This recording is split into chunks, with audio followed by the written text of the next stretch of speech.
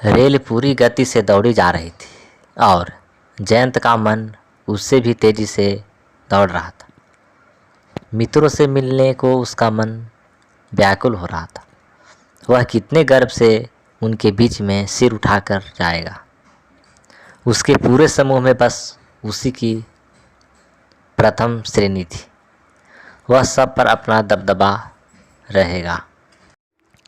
माता पिताजी ने भी अपनी कही बात पूरी की थी। हाई स्कूल में प्रथम श्रेणी में आने के उपलक्ष्य में उसे घड़ी दी थी, शर्ट सिलवाया था। वह शान से कल ही नया शर्ट पहनकर चमचमाती नई घड़ी बांधकर कॉलेज जाएगा। खिड़की के सहारे बैठ बाहर झांकता जयंत और भी न जाने क्या क्या सोचता जा रहा था। तभी सामने बैठे उसके पिताजी ने उसे पुकारा और कहा, उसके कम उम्र के एक लड़के को दिखाते हुए कहा, यह भी तुम्हारे कॉलेज में ही दाखिल होगा। जयंत ने एक उड़ती सी नज़र उस किशोर पर डाली और फिर खिड़की से बाहर देखने लगा। पहले ही दृष्टि में उसे वह बिल्कुल भी अच्छा नहीं लगा। गांव का छोकरा, छोटे छोटे बेतरतीब बाल, झोला हाथ में पकड़े। वह मन ही मन सोचने लगा, यह गवार उसके दोस्त के बीच खड़ा हो जाए तो नौकर जैसा लगेगा। ट्रेन की आवाज़ में दूर से कुछ सुनाई न देता, इसीलिए पिताजी चुप हो गए थे। परंतु वे उस किशोर और उसके साथ आए व्यक्ति ने उस लड़के के विषय में जयंत को फिर बताया, पर वह सुनकर अनसुना कर दिया। जयंत के पिताजी का स्नातक की पढ़ाई पूरी हो गया था। वहाँ नई जगह उसकी पढ़ाई की व्यवस्था की थी। ये तो वे पुराने शहर के उसी कॉलेज में उसका प्रवेश कराने आए थे। उसे छात्रावास में भर्ती कर प्रवेश की सारी कार्यवाही पूरी कर वे अगले दिन ही लौट गए। छात्रावास में प्रत्येक कमरे में 2 छात्रा थे। जयंत ने जब अपने कक्षा के साथी को देखा तो उपेक्षा से मुंह फिरा लिया। यह तो वही ट्रेन वाला लड़का था।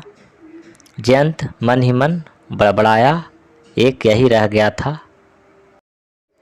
से जब तब बात कर लेते थे। जयंत सोच रहा था कि पिताजी का तो स्वभाव ही ऐसा है कि चाहे किसी से मित्रता करने लगते हैं, यह भी नहीं देखते कि अपने स्तर का है या नहीं। गाड़ी प्लेटफॉर्म पर रुकी तो जयंत और उसके पिताजी भीड़ के धक्के से बचने के लिए जल्दी जल्दी उतर गए। रास्ते में पिताजी मेरे साथ रहने के लिए, उस लड़के ने जयंत को देखकर ही दोनों हाथ जोड़कर नमस्कार करते हुए कहा, मुझे आपके साथ रहने से खुशी होगी। मेरा नाम केदार है। जयंत कुछ न बोला, चुपचाप कमरे की अलमारी में सामान रखता रहा। केदार ने उससे बात करने की कोशिश की, पर वह ठीक से बोला ही नहीं। हाँ हूँ भर कहता रहा। सामान रखते ही वह बाहर निकल गया। दूसरे कमरे में जाकर लड़कों से परिचय करने लगा। सबसे बुरा गंवार उसे अपना ही साथी लगा। गुण और दोष दूसरे में तो होते हैं, पर हमारी दृष्टि में अधिक होते हैं, जिसके प्रति हमारी धारणा अच्छी होती है। जयंत केदार के हर काम में बुराई खोज लेता। उसका उठना बैठना, रहन सहन सब उसे अखरते। थोड़े ही दिनों में दूसरे लड़कों से उसने अच्छी मित्रता कर ली थी। अधिकांशतः उन्हीं के कमरों में रहता, उन्हीं के साथ घूमता फिरता, खाता पीता। जयंत को रात में देर तक जगने और सुबह देर तक सोते रहने की आदत थी, तो केदार को रात में जल्दी सोने और प्रातःकाल जल्दी उठकर पढ़ने की। जैसे ही कॉलेज में पढ़ाई प्रारंभ हुई, पुस्तकें आई, केदार पढ़ाई में लग गया। वह शाम को पढ़ता तो जयंत और उसके साथी कमरे में शोर करते, सुबह जल्दी उठकर पढ़ता। तो जयंत बिजली बंद करने के लिए चिल्लाता। केदार लैब से पढ़ता तो मच्छर आते हैं कहकर झुझलाता। उसका लक्ष्य बस एक ही था, केदार तंग होकर के स्वयं ही इस कमरे से चला जाए। वह उसे तंग करने का कोई न कोई बहाना खोजता ही रहता था। जयंत और उसके साथी उसकी अपेक्षा करते। दूसरे लड़के जहाँ झुंडों में खड़े होकर गपशप करते, ठहाके लगाते, वहाँ वह चुपचाप बालकनी में खड़ा रहता। बात यहीं तक सीमित न थी। जयंत जब तक छात्रावास के अधीक्षक से उसकी शिकायत भी कर देता और डांट पड़वाता। केदार का लटका चेहरा उसे खुशी देता था। एक बार वे उस पर चोरी का झूठा आरोप लगा दिया। जयंत और उसके साथी उसे किताब कीड़ा कहकर चिढ़ाते, पर वह भी न जाने कैसा था। सब कुछ सुनकर सहकर भी उसके विरुद्ध मुंह न खोलता, जबकि वे सब चाहते थे कि केदार कुछ बोले और लड़ाई का मौका मिले। उस कॉलेज की है यह कि परिपाटी थी कि प्रवेश के 2 महीने बाद ही छात्र संघ के चुनाव होते थे। अध्यक्ष का चयन शैक्षणिक योग्यता के आधार पर होता था। जिस छात्र के हाई स्कूल में सर्वाधिक अंक होते थे वही 2 वर्ष के लिए अध्यक्ष बन जाता था।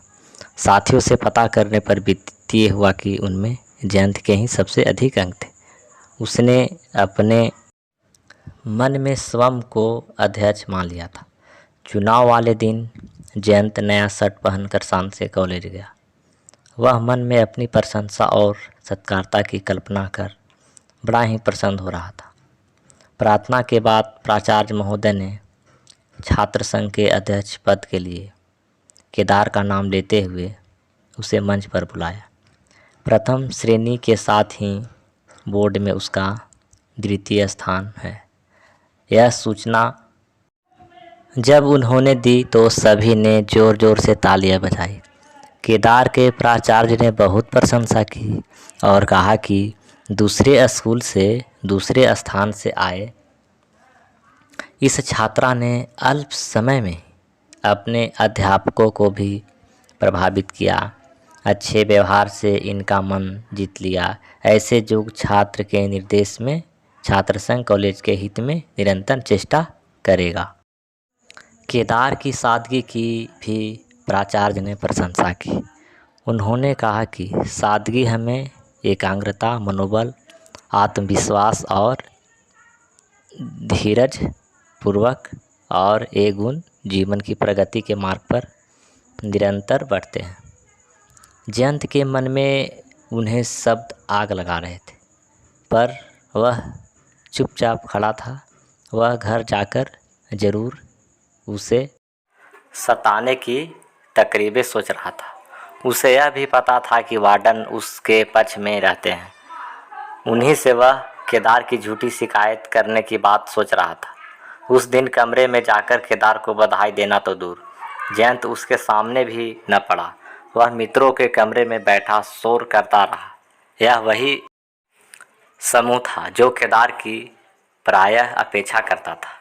इस समुदाय के अधिकांश लड़के घूमने और मौज बनाने में लगे रहते थे।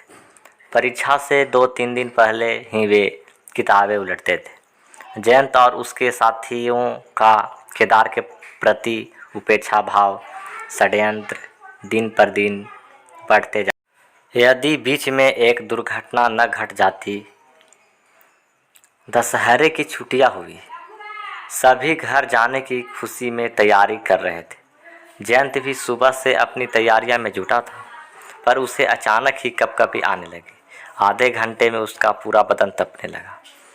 वह चुपचाप कम्बल ओढ़े चारपाई पर लेटा था। उसके मित्र ढूंढते हुए तेजी से कमरे में यह कहते हुए आए, तुझे हमने सब जगह ढूंढ लिया और तुम यहाँ है। स्टेशन चलने के लिए कितनी देर हो रही है? परंतु जयंत को इस प्रकार लेटे देखकर वे ठिठक गए।